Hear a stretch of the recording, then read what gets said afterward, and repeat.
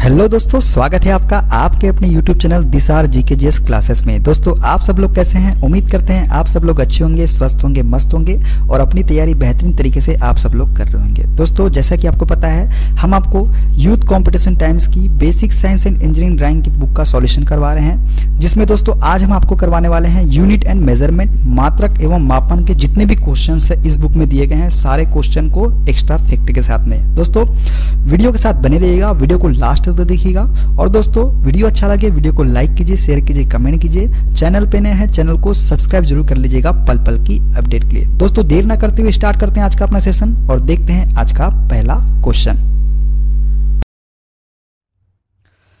निम्नलिखित में से कौन सी मूल इकाई नहीं है? तो दोस्तों इसका राइट आंसर हो जाएगा option number A, radian. Radian जो है मूल इकाई नहीं है। मोल, एम्पियर और कैंडेला जो है ये मूल इकाई है। दोस्तों 7 मूल राशियां होती है और उनके मूल मात्रक जो होते हैं वह हम आपको बताते हैं। ठीक है दोस्तों, जो मूल राशि होती है सबसे पहले द्रव्यमान देखते हैं। द्रव्यमान का मात्रक जो होता है किलोग्राम होता है। लंबाई का मात्रक मीटर होता है। समय का मात्रक सेकेंड होता है। पदार्थ की मात्रा का मात्रक मोल होता है। तापमान का मात्रक केल्विन होता है। विद्युत धारा का मात्रक एम्पियर होता है और दीप्त तीव्रता का मात्रक जो होता है ये कैंडेला होता है। यही 7 मूल राशियां है जिसमें रेडियन जो है मूल इकाई नहीं है। ठीक है, देखते हैं नेक्स्ट क्वेश्चन। फैरेड प्रति मीटर खालिस्तान की इकाई है। तो दोस्तों फैरेड प्रति मीटर जो है ये विद्युतशीलता की इकाई है। किसकी इकाई है? विद्युतशीलता की इकाई है। फैरेड प्रति मीटर विद्युतशीलता का मात्रक है। विद्युत चालकता का मात्रक जो होता है वो सीमेंस होता है और पारगम्यता का मात्रक जो होता है वो होता है हेनरी प्रति मीटर। देखते हैं नेक्स्ट क्वेश्चन। हेनरी प्रति मीटर खालिस्तान की इकाई है। तो दोस्तों हेनरी प्रति मीटर अभी हमने आपको बताया पारगम्यता की इकाई होती है हेनरी प्रति मीटर।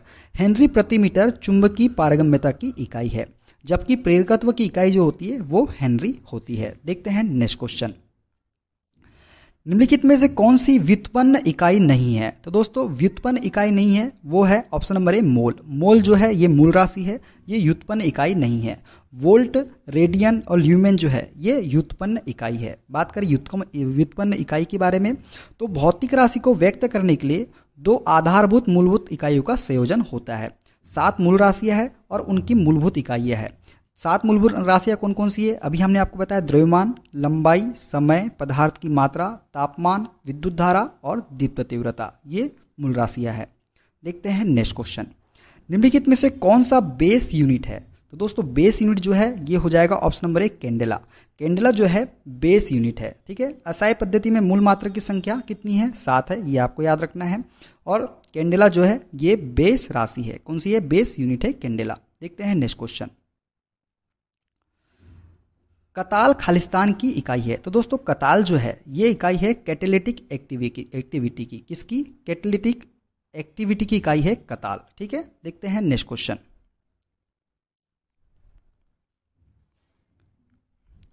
निम्नलिखित में विकल्पों में से किस विकल्प की एसआई इकाई नहीं होती है? तो दोस्तों एसआई इकाई नहीं होती है किसकी? ये होती है पदार्थ की मात्रा की एसआई इकाई नहीं होती है। ठीक है, पदार्थ की मात्रा की इकाई नहीं होती है, जबकि आवृत्ति, विद्युत धारा तथा प्रकाश की तीव्रता की एसआई इकाई क्रमशः हर्ट्ज, एम्पियर तथा कैंडेला होती है। तो पदार्थ की मात्रा जो होती है इसकी एसआई इकाई नहीं होती है। देखते हैं नेक्स्ट क्वेश्चन। 1 मील लगभग खालिस्तान किलोमीटर के बराबर होता है। तो दोस्तों 1 मील लगभग जो होता है ये 1.6 किलोमीटर के बराबर होता है। देखते हैं नेक्स्ट क्वेश्चन। किसी प्रणाली में भेजी जाने वाली ऊष्मा को खालिस्तान में मापा जाता है। तो दोस्तों किसी प्रणाली में भेजे जाने वाली ऊष्मा को जो है ये जूल में मापा जाता है। किसमें? जूल में मापा जाता है। किसी उष्मागतिक प्रणाली में भेजी जाने वाली ऊष्मा को जूल अथवा कैलोरी यूनिट में मापा जाता है। ठीक है, बात करें 1 किलो कैलोरी की तो दोस्तों 1 किलो कैलोरी में 4.18 इंटू 10³ जूल होता है। ये भी आपको याद रखना है। देखते हैं नेक्स्ट क्वेश्चन। ऊष्मा को मापने के लिए निम्नलिखित में से किस मीटर का उपयोग किया जाता है? तो दोस्तों ऊष्मा को मापने के लिए हम जो है कैलोरी मीटर का उपयोग करते हैं। Option B is the correct answer. देखते हैं एक्स्ट्रा फैक्ट के बारे में। दोस्तों कैलोरी मीटर पदार्थ द्वारा अवशोषित या मुक्त की गई ऊष्मा की मात्रा मापने वाला यंत्र है। एमीटर से विद्युत धारा मापक यंत्र बोलते हैं। वाट मीटर विद्युत शक्ति मापक यंत्र है। एनर्जी मीटर की बात करें तो विद्युतीय ऊर्जा वाट घंटे में मापक यंत्र जो है एनर्जी मीटर है। देखते हैं नेक्स्ट क्वेश्चन। जब आप 1 इंच को ब्रिटिश से एसआई इकाई में बदलते हैं तो यह खालिस्तान सेंटीमीटर होता है। तो दोस्तों जब आप 1 इंच को ब्रिटिश से एसआई इकाई में बदलते हैं तो यह 2.54 सेंटीमीटर होता है। सी इज द करेक्ट आंसर। देखते हैं नेक्स्ट क्वेश्चन। विद्युत प्रतिरोधकता की एसआई इकाई क्या है? तो दोस्तों विद्युत प्रतिरोधकता की एसआई इकाई जो होती है ये होती है ओम मीटर। ओम मीटर जो है विद्युत प्रतिरोधकता की एसआई इकाई है। विद्युत प्रतिरोधकता जो है दोस्तों किसी चालक का वह गुण जो इसके माध्यम से प्रवाहित होने वाली विद्युत धारा के प्रवाह का विरोध करता है तथा जिसमें पदार्थ की आकृति एवं आकार स्वतंत्र होता है, लेकिन पदार्थ की प्रकृति और तापमान पर निर्भर करता है, प्रतिरोधकता कहलाता है। इसका एसआई मात्रक ओम मीटर होता है। देखते हैं नेक्स्ट क्वेश्चन। विभवांतर पोटेंशियल डिफरेंस की एसआई इकाई क्या है? तो दोस्तों विभवांतर या विभव की इकाई जो होती है ये होती है वोल्ट। वोल्ट जो है विभवांतर पोटेंशियल डिफरेंस की एसआई इकाई है। विद्युत आवेश की बात करें दोस्तों तो विद्युत आवेश की एसआई इकाई जो होती है वो होती है कूलाम। विद्युत क्षेत्र की एसआई इकाई टेस्ला होती है। विभवांतर की वोल्ट होती है और विद्युत धारा की एम्पियर होती है। देखते हैं नेक्स्ट क्वेश्चन। सामान्य तौर पर बैटरी की क्षमता खालिस्तान में लिखी जाती है। तो दोस्तों बैटरी की क्षमता जो है ये एम्पियर हावर में लिखी जाती है। ठीक है, ये आपको याद रखना है। एम्पियर घंटा विद्युत आवेश की इकाई है। 1 एम्पियर घंटा 3600 कूलाम के बराबर होता है, ये भी आपको याद रखना है। एम्पियर घंटा का उपयोग विद्युत रासायनिक मापनों में किया जाता है, जैसे बैटरी की क्षमता, विद्युत लेपन आदि में जो है एम्पियर घंटा का ही उपयोग किया जाता है। सामान्यतः बैटरी की क्षमता एम्पियर घंटा के रूप में लिखी जाती है, एम्पियर हावर के रूप में लिखी जाती है। देखते हैं नेक्स्ट क्वेश्चन। स्थानांतरित ऊष्मा ऊर्जा की एसआई इकाई क्या है? तो दोस्तों स्थानांतरित ऊष्मा ऊर्जा की एसआई इकाई जो होती है ये होती है जूल। जूल जो है स्थानांतरित ऊष्मा ऊर्जा की एसआई इकाई है। ताप की एसआई इकाई होती है केल्विन, विद्युत धारा की एम्पियर, शक्ति की किलोवाट और ऊष्मीय ऊर्जा या ऊर्जा की जूल होती है। देखते हैं नेक्स्ट क्वेश्चन। निम्नलिखित में से कौन सी संवेग की इकाई है? तो दोस्तों संवेग की इकाई जो होती है ये होती है किलोग्राम मीटर सेकेंड इनवर्स 1। संवेग बराबर क्या होता है दोस्तों? द्रव्यमान गुने वेग। संवेग बराबर क्या होता है? द्रव्यमान गुने वेग होता है। संवेग का मात्रक किलोग्राम मीटर प्रति सेकेंड होता है। क्या होता है? किलोग्राम मीटर प्रति सेकेंड होता है और संवेग की इकाई किलोग्राम मीटर प्रति सेकेंड ही होती है। देखते हैं नेक्स्ट क्वेश्चन। बल का एसआई मात्रक है। तो दोस्तों बल का एसआई मात्रक जो होता है क्या होता है? ये होता है किलोग्राम मीटर सेकेंड इनवर्स -2 की घात। तो दोस्तों बल बराबर क्या होता है? द्रव्यमान गुणित त्वरण होता है।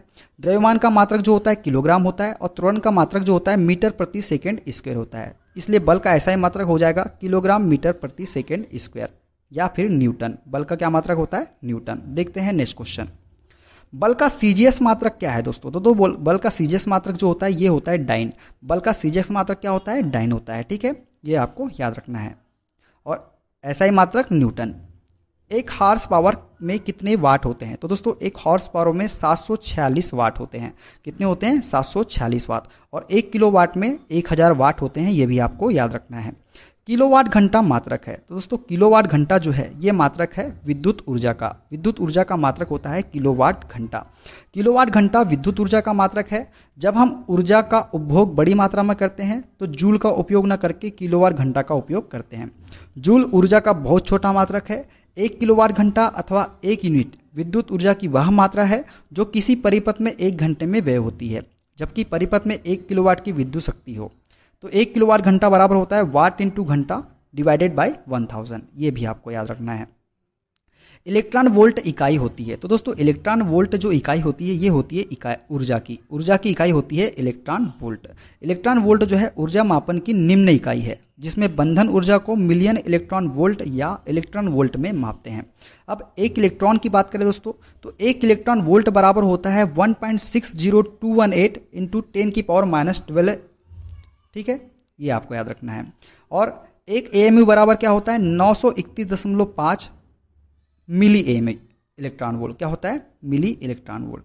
और 1 मिली इलेक्ट्रॉन वोल्ट बराबर होता है 10⁻6 इलेक्ट्रॉन वोल्ट। ये भी आपको याद रखना है। ठीक है, और AMU बराबर 1 AMU बराबर क्या होता है? 1.60218 इंटू 10⁻19 जूल। ये भी आपको याद रखना है, डायरेक्टली क्वेश्चन पूछा जा सकता है। निम्नलिखित में से कौन सी एक सदिश राशि है? तो दोस्तों सदिश राशि हो जाएगी ऑप्शन नंबर ए संवेग। संवेग जो है एक सदिश राशि है। वह भौतिक राशियां जिनमें परिमाण के साथ साथ दिशा भी होती है। सदिश राशियां कहलाती है। कौन कौन सी होती है? विस्थापन, वेग, बल, भार, संवेग, विद्युत क्षेत्र आदि सदिश राशियां है, जबकि कार्य, ऊर्जा, दाब, घनत्व, ताप आदि क्या है? अदिश राशियां है। देखते हैं नेक्स्ट क्वेश्चन।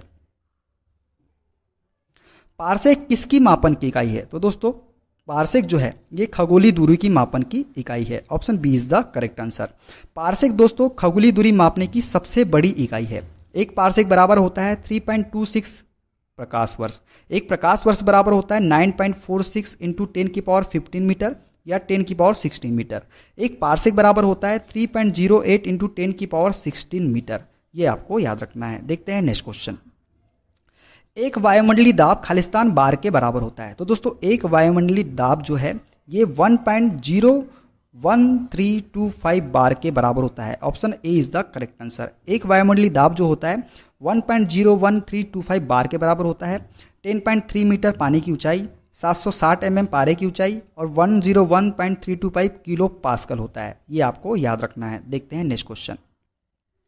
द्रवों का विशिष्ट गुरुत्व सामान्यतः इनमें से किसके द्वारा मापा जाता है? तो दोस्तों द्रवों का विशिष्ट गुरुत्व जो है ये मापा जाता है हाइड्रोमीटर के द्वारा। हाइड्रोमीटर के द्वारा द्रवों का विशिष्ट गुरुत्व मापा जाता है। किसी द्रव का सापेक्ष गुरुत्व को हाइड्रोमीटर द्वारा मापा जाता है, जबकि हाइग्रोमीटर सापेक्षिक आर्द्रता को मापता है।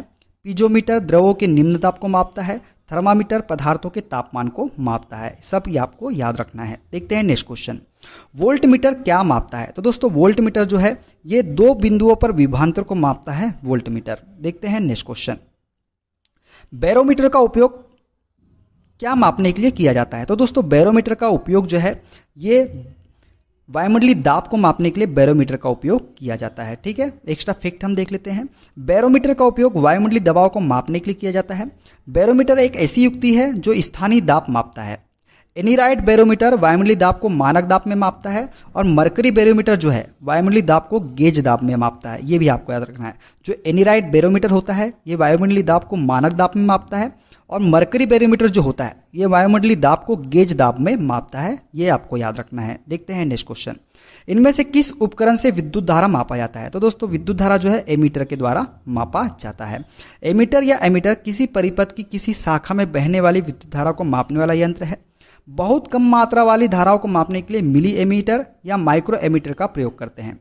वोल्टमीटर क्या है? यह एक मापन यंत्र है जो किसी परिपथ के किन्हीं दो बिंदुओं के बीच विभवांतर को मापने के लिए प्रयोग किया जाता है। 1819 में हैस ऑर्स्टेड ने वोल्टमीटर का आविष्कार किया था। बात करें वेब मीटर के बारे में दोस्तों, तो यह एक प्रकार का इंटरफेरामीटर है जो लेजर बीम पर सटीक तरंगदैर्घ्य माप के लिए उपयोग किया जाता है। किसका? वेब मीटर का। ओम मीटर एक विद्युत उपकरण है जो बिजली के प्रतिरोध को मापता है। किसी पदार्थ के विद्युत प्रतिरोधकता का विरोध करता है। ओम मीटर। देखते हैं नेक्स्ट क्वेश्चन। 0.00542 का कोटिमान है। तो दोस्तों 0.00542 का कोटिमान जो है ये है ऑप्शन नंबर डी 10⁻²। 0.00542 5.42 इंटू 10⁻³ हो जाएगा। 5.242 यदि अधिक है 3.16 से तब इसके लिए कोटि जो लेते हैं कोटिमान 10⁻1 लेते हैं। 5.42 इंटू 10⁻³ इंटू 10⁻1 तो इसमें से ये माइनस हो जाएगा तो बचेगा क्या हमारे पास में 5.42 इंटू 10⁻² हमारे पास बचेगा। तो कोटिमान क्या निकल के आएगा? 10⁻² निकल के आएगा। देखते हैं नेक्स्ट क्वेश्चन। 1.6 इंटू 10⁻6 का कोटिमान होगा। तो दोस्तों कोटिमान क्या होगा? कोटिमान जो होगा ये होगा 10⁻6 जो है यही कोटिमान होगा। ठीक है, कोटिमान को 10 की घात के रूप में इस प्रकार लिखा जाता है कि संख्या का एक अंक दशमलव से पहले तथा शेष अंक दशमलव के बाद हो। ठीक है, जैसे कोटिमान कैसे लिखा जाता है कि एक अंक दशमलव के पहले और एक अंक दशमलव के बाद। देखते हैं नेक्स्ट क्वेश्चन। एक मापन में व्यास 1.308 सेंटीमीटर आया, इसमें सार्थक अंक है। तो दोस्तों सार्थक अंक जो हो जाएगा ये हो जाएगा ऑप्शन नंबर बी 4। कितने सार्थक अंक है? 1 2 3 4। 4 जो है सार्थक अंक है। सभी अशून्य अंक तथा अशून्य अंकों के बीच के सभी शून्य अंक सार्थक होते हैं। ये आपको याद रखना है। देखते हैं नेक्स्ट क्वेश्चन। पृथ्वी को सूर्य के चारों ओर परिक्रमण में लगे समय का कोटिमान है। तो दोस्तों पृथ्वी को सूर्य के चारों ओर परिक्रमण में लगे समय का कोटिमान जो होता है ये होता है 10⁻7 सेकेंड होता है। ठीक है दोस्तों, पृथ्वी को सूर्य के चारों ओर परिक्रमण में लगा समय कितना है? 365 दिन। 365 इंटू 24 इंटू 60 इंटू 60। तो दोस्तों इसका राइट आंसर आएगा 3.1536 जब करेंगे और 10 की पावर 7, तो 10 की पावर 7 जो है इसका कोटि मान निकल के आ जाएगा। देखते हैं नेक्स्ट क्वेश्चन। 1 एंगस्ट्रॉम का मान होता है, तो दोस्तों 1 एंगस्ट्रॉम का जो मान होता है ये होता है 10 की पावर 10 मीटर। क्या होता है? 10 की पावर -10 मीटर होता है। और माइक्रोन में देखें तो 10 की पावर -4 माइक्रोन। क्या होता है? 10 की पावर -4 माइक्रोन होता है। इसका मान 1 एंगस्ट्रॉम का मान माइक्रोन में होता है 10 की पावर -4 माइक्रोन। 1 एंगस्ट्रॉम बराबर होता है 10 की पावर -10 मीटर होता है। मीटर में 10 की पावर -10 मीटर होता है। अगर माइक्रोन की बात करें तो 10 की पावर -4 माइक्रोन होता है 1 एंगस्ट्रॉम का मान। देखते हैं नेक्स्ट क्वेश्चन। वर्नियर पैमाने के एक भाग की लंबाई मुख्य पैमाने के एक भाग की लंबाई से होती है। तो दोस्तों वर्नियर पैमाने के एक भाग की लंबाई मुख्य पैमाने के एक भाग की लंबाई से कुछ कम होती है। कितनी होती है? कुछ कम होती है। देखते हैं नेक्स्ट क्वेश्चन। 0.05 सेंटीमीटर धनात्मक त्रुटि वाले वर्नियर कैलिपर से मापने पर एक वस्तु की प्रेक्षित माप 2.85 सेंटीमीटर हो तो वस्तु की यथार्थ माप होगी। तो दोस्तों वस्तु की यथार्थ माप जो होगी वो होगी 2.80 सेंटीमीटर। वस्तु की वास्तविक माप बराबर होता है प्रेक्षित मान प्लस माइनस त्रुटि। धनात्मक पर घटेगी, ऋणात्मक पर जुड़ेगी। अब वास्तविक मान जो है धनात्मक है तो धनात्मक में क्या होगी? घटेगी। और ऋणात्मक धनात्मक है, वास्तविक माप जो है क्या है? धनात्मक है। धनात्मक त्रुटि वाली बात कर रहा है तो धनात्मक में क्या होगा? घटेगी। तो 2.85 में से 0.05 घटाएंगे तो आंसर निकल के हमारा आ जाएगा 2.80 सेंटीमीटर। बस ये आपको ये याद रखना है नोट में कि धनात्मक पर घटेगी और ऋणात्मक पर जुड़ेगी। जब भी यहाँ पे धनात्मक या ऋणात्मक जब भी दे जो भी दे उसके अकॉर्डिंग आपको क्वेश्चन सॉल्व करना है। देखते हैं नेक्स्ट क्वेश्चन। किसी स्क्रू गेज के शीर्ष पैमाने पर 50 भाग अंकित है। यदि पेज का चूड़ी अंतराल 1 mm हो तो स्क्रू गेज का अल्पतमांक होगा। तो दोस्तों अल्पतमांक हमको पता है क्या होता है? वो होता है पिच बटे भागों की संख्या। अब पिच कितना दिया है हमारे पास में? ये दिया है 1 mm। कितना दिया है? 1 mm। और भागों की संख्या कितनी है? 50 है। तो 1 में जब 50 करेंगे तो इसको जब हम डिवाइड करेंगे तो कितना आंसर आएगा? 0.02 mm जो है इसका आंसर आ जाएगा। तो 0.02 mm ऑप्शन नंबर सी में दिख रहा है, यही हमारा राइट आंसर हो जाएगा। देखते हैं नेक्स्ट क्वेश्चन। 0.00237 इंटू 10 की पावर 5 में सार्थक अंकों की संख्या है। तो दोस्तों सार्थक अंकों की संख्या हमको निकालना है तो इसमें कितना आंसर आ जाएगा? इसका 3 आ जाएगा। अब 3 कैसे? मानक रूप अगर हम इसको निकालें तो 2.37 इंटू 10 की पावर 2 हो जाएगा। सार्थक अंक कितने हैं हमारे पास में? 3 है। कोटि मान कितना है हमारे पास में? 2 है। ये आपको याद रखना है, ठीक है। देखते हैं नेक्स्ट क्वेश्चन। 1 माइक्रोन बराबर है। तो दोस्तों 1 माइक्रोन जो बराबर जो होता है ऑप्शन नंबर सी 1/1000 mm, ठीक है। 1 माइक्रोन बराबर होता है 10 की पावर -6 मीटर होता है। और 10 की पावर -3 mm बराबर होता है 1/1000 mm। 1 नैनोमीटर खालिस्तान होता है। तो दोस्तों 1 नैनोमीटर बराबर होता है 10 की पावर -7 सेंटीमीटर, ठीक है दोस्तों। क्या होता है? 10 की पावर -7 सेंटीमीटर होता है 1 नैनोमीटर बराबर। और मीटर की बात करें तो 10 की पावर -9 मीटर होता है 1 नैनोमीटर बराबर। ये भी आपको याद रखना है। तो दोस्तों ये था आज का पहला चैप्टर। इसके बाद हम देखेंगे नेक्स्ट चैप्टर जो हमारा होगा वो होगा दोस्तों मास, वेट एंड डेंसिटी। इसके जितने भी सारे क्वेश्चंस हैं इस बुक के हम आपको सारे कवर करवाएंगे। तो दोस्तों वीडियो कैसा लगा कमेंट बॉक्स में जरूर बताइएगा। वीडियो अच्छा लगे वीडियो को लाइक कीजिए, शेयर कीजिए, कमेंट कीजिए। चैनल पर नए हैं चैनल को सब्सक्राइब कर लीजिए पल पल की अपडेट के लिए। अपना ख्याल रखिए, मिलते हैं अगले वीडियो में। Okay bye bye, take care.